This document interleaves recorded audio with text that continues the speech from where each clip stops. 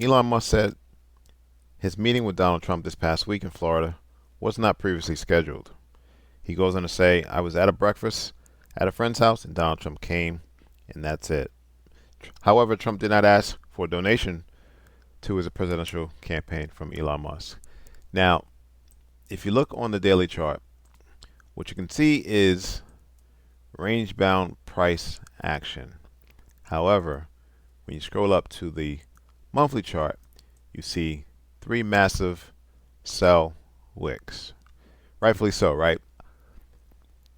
Near that $60 level, you have a strong resistance support band.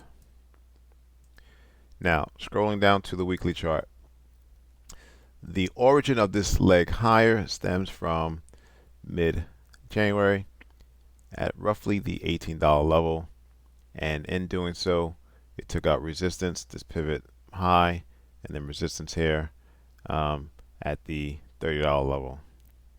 Now, before we continue with the analysis, let's look at this article.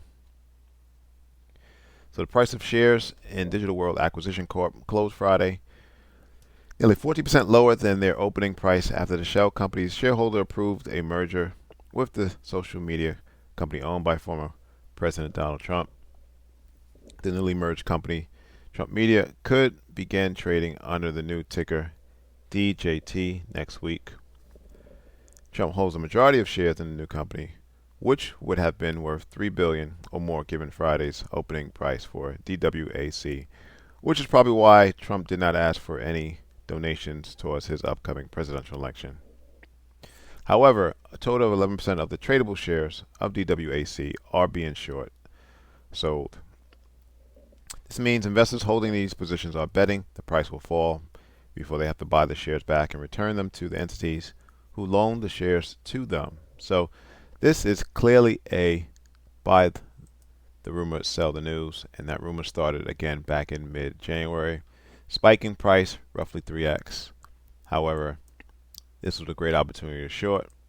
As we mentioned, price did hit this support resistance band. Now, where's price going next? Let's go down to the daily chart. We mentioned this pivot high, and we have resistance here, roughly at $30. So one thing to note, you had all the moving averages constricted, and then you have this massive expansion, right? So typically when you have that, price tends to consolidate or pull back to allow the expanded moving averages to consolidate somewhat. However, when you look at the price formation in this leg higher, you have a rallying price base and candle, rightfully so, right? You had a pivot high here, which served as resistance, and then you had the gap higher. So to me, the chart suggests you have daily buyers down at $26, and if price can continue to decline, this will be a great opportunity to go long. Thanks for watching. Subscribe, please like the video.